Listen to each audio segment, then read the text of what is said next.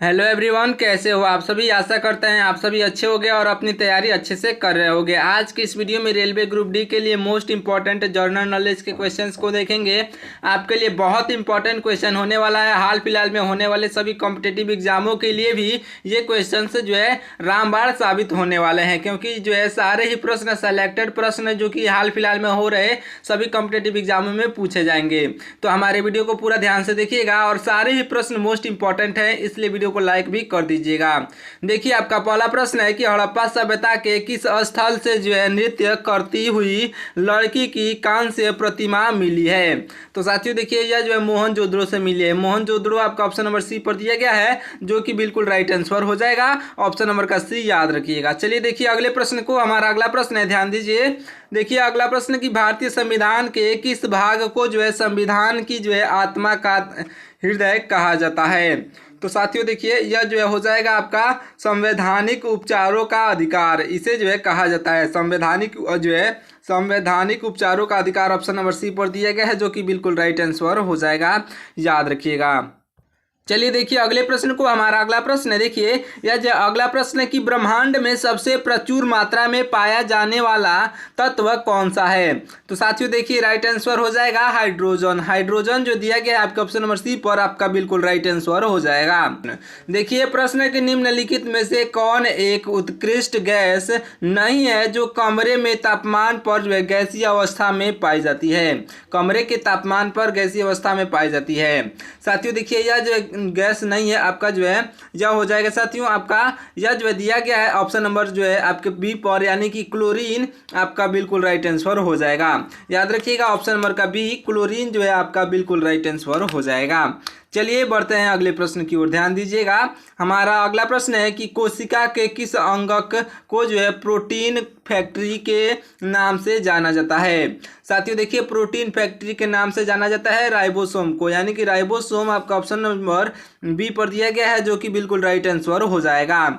चलिए देखिए अगले प्रश्न को। हमारा अगला प्रश्न है कि एक पेटाबाइट में कितने टेराबाइट यानी कि टीबी होते हैं। तो साथियों देखिए, एक पीबी में जो है यह कितने टीबी होते हैं। राइट आंसर हो जाएगा 1024। 1024 आपके ऑप्शन नंबर जो है बी पर दिया गया है, बिल्कुल राइट आंसर हो जाएगा। देखिए अगले प्रश्न को। हमारा अगला प्रश्न है कि द्रोणाचार्य पुरस्कार किस क्षेत्र में उत्कृष्ट प्रदर्शन के लिए दिया जाता है। तो साथियों देखिए, यह जो है राइट आंसर हो जाएगा खेल के लिए, यानी कि ऑप्शन नंबर का सी, खेल आपका राइट आंसर हो जाएगा। चलिए देखिए अगले प्रश्न को। हमारा अगला प्रश्न है कि संयुक्त राष्ट्र सुरक्षा परिषद में अस्थायी सदस्यों की संख्या कितनी है। साथियों देखिए राइट आंसर हो जाएगा, स्थायी सदस्यों की संख्या 5 है। ऑप्शन नंबर सी पर 5 दिया गया, ऑप्शन नंबर ए पर, सॉरी दोस्तों, ऑप्शन नंबर ए पर 5 दिया गया है, जो कि बिल्कुल राइट आंसर हो जाएगा। देखिए अगले प्रश्न को। हमारा अगला प्रश्न है कि ऋग्वेद में वर्णित दशराज्य युद्ध का संबंध किस नदी से है। तो साथियों देखिए, इसका संबंध जो है यह परुष्णी नदी से है, जो कि आपका ऑप्शन नंबर बी पर दिया गया है। परुष्णी नदी आपका बिल्कुल राइट आंसर हो जाएगा, याद रखिएगा। चलिए बढ़ते हैं अगले प्रश्न की ओर, ध्यान दीजिएगा। हमारा अगला प्रश्न है, बहुत इंपॉर्टेंट प्रश्न है। देखिए ये जो है भारत के संविधान की प्रस्तावना में, समाजवादी और जो है पंथ निरपेक्ष शब्द का जो है शब्द किस संशोधन द्वारा जोड़े गए हैं। तो साथियों देखिए, यह जो है जोड़े गए हैं आपके जो है 42वां संविधान संशोधन द्वारा। 42वां संविधान संशोधन दिया गया, ऑप्शन नंबर बी पर आपका राइट आंसर हो जाएगा, याद रखिएगा। और ये बात याद रखिएगा कि जो है आपके संविधान से संबंधित 2 या फिर 1 प्रश्न अवश्य ही पूछे जाएंगे, उसमें ये प्रश्न जो है बहुत इंपॉर्टेंट है, तो इसको याद रखिएगा। चलिए देखते हैं अगले प्रश्न को। हमारा अगला प्रश्न है कि पृथ्वी की सतह पर कुल भूमि क्षेत्र का लगभग कितना प्रतिशत वन जो है आच्छादित है। देखिए पृथ्वी की सतह पर कुल भूमि क्षेत्र का लगभग जो है यह साथियों लगभग 30% जो है, यह 30% वन आच्छादित है। तो 30% आपके ऑप्शन नंबर सी पर दिया गया है, ऑप्शन नंबर सी पर आपका बिल्कुल राइट आंसर हो जाएगा। चलिए देखिए अगले प्रश्न को। हमारा अगला प्रश्न है कि रासायनिक रूप से जो है शुष्क बर्फ या फिर ड्राई आइस क्या होता है। शुष्क बर्फ को ही ड्राई आइस कहा जाता है। साथियों देखिए, रासायनिक रूप से शुष्क बर्फ को क्या कहा जाता है। तो आपका राइट राइट आंसर हो जाएगा साथियों ऑप्शन नंबर का बी, यानी कि ठोस कार्बन डाइऑक्साइड। इसको क्या कहा जाता है? ठोस कार्बन डाइऑक्साइड, याद रखिएगा। चलिए देखिए अगले प्रश्न को, हमारा अगला प्रश्न है कि मानव शरीर में हीमोग्लोबिन का मुख्य कार्य क्या है? साथियों देखिए मानव शरीर में हीमोग्लोबिन का मुख्य कार्य जो है, यह मुख्य कार्य ऑक्सीजन का परिवहन होता है। ऑक्सीजन का परिवहन ऑप्शन नंबर बी पर दिया गया है, राइट आंसर हो जाएगा। चलिए देखिए अगले प्रश्न को, हमारा अगला प्रश्न है कि किस पीढ़ी के कंप्यूटरों में जो है ट्रांजिस्टर का उपयोग किया गया था? तो साथियों देखिए यह जो उपयोग किया गया था दूसरी पीढ़ी के दूसरी पीढ़ी के कंप्यूटरों में ट्रांजिस्टर का उपयोग किया गया था। ऑप्शन नंबर बी पर दूसरी पीढ़ी दिया गया है, जो कि राइट आंसर हो जाएगा। अगले प्रश्न को देखिए, हमारा अगला प्रश्न है कि सकल घरेलू उत्पाद यानी कि जीडीपी की गणना करते समय जो है निम्नलिखित में से किसे शामिल नहीं किया जाता है? तो साथियों देखिए यह जो शामिल नहीं किया जाता है यह हो जाएंगे आपके, यह जो हो जाएगा साथियों, यह जो है मध्यवर्ती वस्तुओं का मूल्य। यह जो मध्यवर्ती वस्तुओं का मूल्य ऑप्शन नंबर बी पर दिया गया है, जो कि राइट आंसर हो जाएगा। चलिए देखिए अगले प्रश्न को ध्यान से देखिएगा, अगला प्रश्न इंपॉर्टेंट है। देखिए ओलंपिक खेलों में जो है ओलंपिक खेलों में मशाल रिले की शुरुआत कब हुई थी? बहुत इंपॉर्टेंट क्वेश्चन साथियों, राइट आंसर हो जाएगा 1936 में। और किस देश से हुई थी? तो यह जो है बार्लिन में हुई थी। ऑप्शन नंबर का सी 1936 आपका राइट आंसर हो जाएगा। चलिए देखिए अगले प्रश्न को, जो है आपको क्वेश्चंस जो है पसंद आ रहे हैं और इंपॉर्टेंट लग रहे हो, क्योंकि सारे ही प्रश्न जो आपके सिलेबस से लिए गए हैं, तो आप हमारे चैनल को सब्सक्राइब करके वीडियो को लाइक कर दीजिएगा ऐसे ही महत्वपूर्ण क्वेश्चंस को देखने के लिए। देखिए अगला प्रश्न है कि विश्व बैंक समूह का कौन सा संगठन, ये जो है विश्व बैंक समूह का कौन सा संगठन जो है यह विकासशील देश को जो है निजी क्षेत्र के विकास के लिए ऋण प्रदान करता है? तो साथियों देखिए राइट आंसर हो जाएगा ऑप्शन नंबर का सी, यानी कि ICF, यानी कि अंतर्राष्ट्रीय वित्त निगम आपका बिल्कुल राइट आंसर हो जाएगा। अंतर्राष्ट्रीय वित्त निगम आपके ICF जो ऑप्शन नंबर सी पर दिया गया है, अंतर्राष्ट्रीय वित्त निगम आपका राइट आंसर हो जाएगा। चलिए देखिए अगले प्रश्न को, हमारा अगला प्रश्न है कि जैन धर्म के 23वें तीर्थंकर कौन थे? साथियों राइट आंसर हो जाएंगे ऑप्शन नंबर का बी, यानी कि पार्श्वनाथ। जो है पार्श्वनाथ आपके ऑप्शन नंबर बी पर दिए गए हैं, राइट आंसर हो जाएंगे। चलिए देखिए अगले प्रश्न को, हमारा अगला प्रश्न है कि भारत में, ध्यान दीजिए क्या है प्रश्न, कि भारत में नागरिकता अधिनियम कब पारित किया गया था? साथियों देखिए भारत में जो है नागरिकता अधिनियम जो है पारित किया गया था, यह पारित किया गया था 1955 में, जो कि आपके ऑप्शन नंबर बी पर दिया गया 1955 आपका राइट आंसर हो जाएगा। चलिए देखिए अगले प्रश्न को, हमारा अगला प्रश्न है कि अंतर्राष्ट्रीय तिथि रेखा किस देशांतर पर जो है स्थित है? तो साथियों देखिए राइट आंसर हो जाएगा आपका ऑप्शन नंबर का सी, यानी कि 180 डिग्री देशांतर पर। 180 डिग्री देशांतर आपका बिल्कुल राइट आंसर हो जाएगा। अंतर्राष्ट्रीय तिथि रेखा यह जो है आपके 180 देशांतर पर स्थित है, याद रखिएगा। चलिए बढ़ते हैं अगले प्रश्न की ओर, ध्यान दीजिए। हमारा अगला प्रश्न है कि निम्नलिखित में से कौन सा तत्वों के वर्गीकरण का एक आधार नहीं है? तो साथियों देखिए तत्वों के जो है वर्गीकरण का आधार नहीं है, यह हो जाएगा साथियों आपका ऑप्शन नंबर का बी, यानी कि भौतिक अवस्था। साथियों भौतिक अवस्था आपका ऑप्शन नंबर बी पर दिया गया है, जो कि बिल्कुल राइट आंसर हो जाएगा। चलिए देखिए अगले प्रश्न को, हमारा अगला प्रश्न है कि निम्नलिखित में से कौन सा विटामिन जल में घुलनशील है? साथियों देखिए जल में घुलनशील विटामिन जो है यह जल में घुलनशील विटामिन हो जाएगा आपका ऑप्शन नंबर का बी, यानी कि विटामिन बी जो दिए गया है राइट आंसर हो जाएगा। और जो आपका ऑप्शन में विटामिन सी नहीं है, नहीं तो विटामिन बी और सी दोनों ही जल में घुलनशील होते हैं, ये भी याद रखिएगा। चलिए बढ़ते हैं अगले प्रश्न की ओर। हमारा अगला प्रश्न है कि वर्ल्ड वाइड वेब यानी कि जो है WWW के आविष्कारक कौन है? साथियों देखिए वर्ल्ड वाइड वेब के आविष्कारक जो हैं यह हो जाएंगे आपके ऑप्शन नंबर का सी, यानी कि टिम वर्नर्स ली आपके बिल्कुल राइट आंसर हो जाएंगे। देखिए अगले प्रश्न को, हमारा अगला प्रश्न है कि 1928 के बर्लिन ओलंपिक में जो है भारतीय हॉकी टीम ने कौन सा पदक जीता था? साथियों देखिए राइट आंसर हो जाएगा स्वर्ण पदक। कौन सा पदक जीता था? तो स्वर्ण पदक आपका बिल्कुल राइट आंसर हो जाएगा, स्वर्ण पदक, याद रखिएगा। चलिए देखते हैं अगले प्रश्न को, ध्यान दीजिएगा। हमारा अगला प्रश्न है कि भारत का पहला उपग्रह आर्यभट्ट किस वर्ष प्रक्षेपित किया गया था? ये भी बहुत इंपॉर्टेंट क्वेश्चन है, याद रखिएगा। भारत का पहला उपग्रह जो था आर्यभट्ट, उसे प्रक्षेपित किया गया था सन 1975 में, यानी कि ऑप्शन नंबर का बी सन 1975 आपका बिल्कुल राइट आंसर हो जाएगा, याद रखिएगा। चलिए देखते हैं अगले प्रश्न को, ध्यान दीजिएगा। हमारा अगला प्रश्न है कि मौर्य साम्राज्य के जो है मौर्य साम्राज्य के पतन का एक मुख्य कारण क्या था। साथियों देखिए, मौर्य साम्राज्य के पतन का एक मुख्य कारण जो था, यह जो है अंतिम मौर्य शासक की कमजोरी क्या थी। तो अंतिम मौर्य शासक की कमजोरी जो है आपका बिल्कुल राइट आंसर हो जाएगा। और याद करके बताइएगा कि अंतिम मौर्य शासक कौन थे। साथियों ये कमेंट करके बताइएगा। चलिए देखते हैं अगले प्रश्न को। देखिए हमारा अगला प्रश्न है कि भारतीय संविधान के किस अनुच्छेद में जो है जीवन और व्यक्तिगत स्वतंत्रता का अधिकार निहित है। तो साथियों देखिए, यह जो है भारतीय संविधान का अनुच्छेद हो जाएगा ऑप्शन नंबर का सी, यानी कि अनुच्छेद 21 में ऑप्शन नंबर का सी राइट आंसर हो जाएगा, याद रखिएगा। चलिए देखिए अगले प्रश्न को, ध्यान दीजिएगा। हमारा अगला प्रश्न है, ध्यान दीजिए, अगला प्रश्न है कि पृथ्वी पर सबसे बड़ा महासागर कौन सा है। साथियों देखिए, पृथ्वी पर सबसे बड़ा महासागर जो है, यह पृथ्वी पर सबसे बड़ा महासागर हो जाएगा आपका ऑप्शन नंबर का सी, यानी कि प्रशांत महासागर जो है आपका बिल्कुल राइट आंसर हो जाएगा, याद रखिएगा। चलिए देखते हैं अगले प्रश्न को, ध्यान दीजिए। हमारा अगला प्रश्न है कि धातुएं सामान्यतः तन्य क्यों होती हैं। तो साथियों देखिए, धातुएं सामान्यतः तन्य जो है इसलिए होती हैं क्योंकि उनकी क्रिस्टल संरचना में जो है लचीलापन होता है। तो उनकी क्रिस्टल संरचना में लचीलापन होता है, यह आपका बिल्कुल राइट आंसर हो जाएगा। चलिए देखते हैं अगले प्रश्न को, ध्यान दीजिएगा।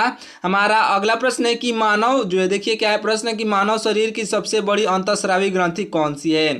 साथियों राइट आंसर हो जाएगा थायराइड ग्रंथि, यानी कि ऑप्शन नंबर का बी। चलिए देखते हैं अगले प्रश्न को, ध्यान दीजिए। हमारा अगला प्रश्न है कि निम्नलिखित में से कौन सा एक ऑपरेटिंग जो है सिस्टम नहीं है। इन चारों ऑप्शन में से ऑपरेटिंग सिस्टम नहीं है, यह जो है MS ऑफिस हो जाएगा। साथियों MS ऑफिस जो है यह ऑपरेटिंग सिस्टम नहीं है, और ये जो आपका बिल्कुल राइट आंसर हो जाएगा, याद रखिएगा। ये क्वेश्चन मोस्ट इंपॉर्टेंट क्वेश्चन हो जाता है आपके रेलवे ग्रुप डी या एग्जाम में, या फिर अन्य आने वाले कॉम्पिटेटिव एग्जामों के लिए। चलिए देखिए अगले प्रश्न को, ध्यान दीजिएगा। हमारा अगला प्रश्न है रिवर्स रेपो रेट क्या होती है। साथियों देखिए, रिवर्स रेपो रेट जो है, यह रिवर्स रेपो रेट साथियों वह दर जिस पर जो है बैंक RBI को जो है ऋण देते हैं। तो साथियों यह जो है वह दर जो बैंक जो है जिस पर RBI को ऋण देते हैं, उसे जो है रिवर्स रेपो का रेट कहा जाता है, रिवर्स रेपो रेट कहा जाता है, याद रखिएगा। जो कि आपका ऑप्शन नंबर बी पर दिया गया है, आपका बिल्कुल राइट आंसर हो जाएगा। चलिए बढ़ते हैं अगले प्रश्न की ओर, ध्यान दीजिएगा। हमारा अगला प्रश्न है, ध्यान दीजिए, अगला प्रश्न है कि ग्रैंड स्लैम टेनिस टूर्नामेंट में जो है कितने प्रमुख टूर्नामेंट शामिल हैं। राइट आंसर हो जाएगा साथियों 4, यानी कि ऑप्शन नंबर का सी, याद रखिएगा। चलिए देखिए अगले प्रश्न को। अगला प्रश्न है कि भारत में जो है परमाणु ऊर्जा का जनक किसे माना जाता है। साथियों देखिए, भारत में परमाणु ऊर्जा का जनक जो है यह माना जाता है डॉक्टर होमी जे भाभा को। डॉक्टर होमी जे भाभा आपके ऑप्शन नंबर जो है बी पर दिए गए हैं, आपके बिल्कुल राइट आंसर हो जाएंगे। चलिए देखते हैं अगले प्रश्न को, ध्यान दीजिएगा। हमारा अगला प्रश्न है कि मुगल सम्राट अकबर के जो है शासनकाल के दौरान भू राजस्व प्रणाली को क्या कहा जाता था। राइट आंसर हो जाएगा ऑप्शन नंबर का बी, यानी कि दसाला आपका राइट आंसर हो जाएगा। देखिए अगले प्रश्न को। हमारा अगला प्रश्न है कि भारतीय संविधान का कौन सा अनुच्छेद जो है समान नागरिक संहिता से संबंधित है। तो साथियों देखिए, समान नागरिक संहिता से संबंधित यह अनुच्छेद हो जाएगा साथियों आपका ऑप्शन नंबर का बी, यानी कि अनुच्छेद 44 जो है आपका बिल्कुल राइट आंसर हो जाएगा। चलिए बढ़ते हैं अगले प्रश्न की ओर, ध्यान दीजिएगा। हमारा अगला प्रश्न है कि ज्वालामुखी विस्फोट से जो है निकलने वाली सबसे प्रचुर गैस कौन सी है। तो साथियों सबसे प्रचुर गैस हो जाएगा आपका ऑप्शन नंबर का सी, यानी कि जल वाष्प आपका राइट आंसर हो जाएगा। चलिए बढ़ते हैं अगले प्रश्न की ओर, ध्यान दीजिएगा।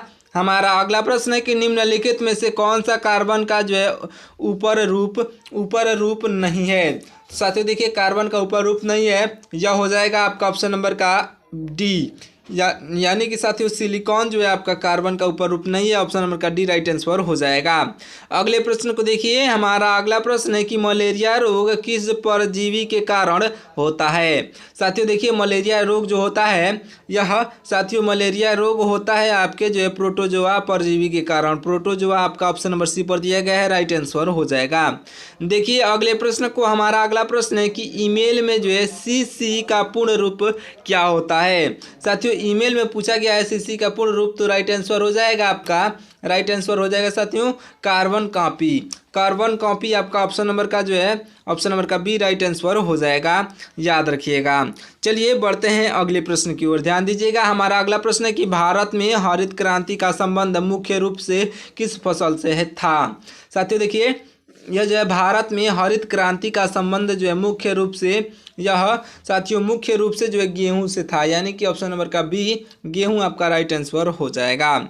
चलिए देखिए अगले प्रश्न को, हमारा अगला प्रश्न है कि टोक्यो ओलंपिक 2020 में भारत को कुल कितने पदक मिले थे। राइट आंसर हो जाएगा ऑप्शन नंबर का बी, यानी कि 7 पदक मिले थे। चलिए देखते हैं अगले प्रश्न को, ध्यान दीजिएगा। हमारा अगला प्रश्न है कि नीति आयोग का गठन किस वर्ष हुआ था। ये भी वेरी इंपॉर्टेंट क्वेश्चन है साथियों, याद रखिएगा और जो है हमारे चैनल को सब्सक्राइब करते हुए चलिएगा।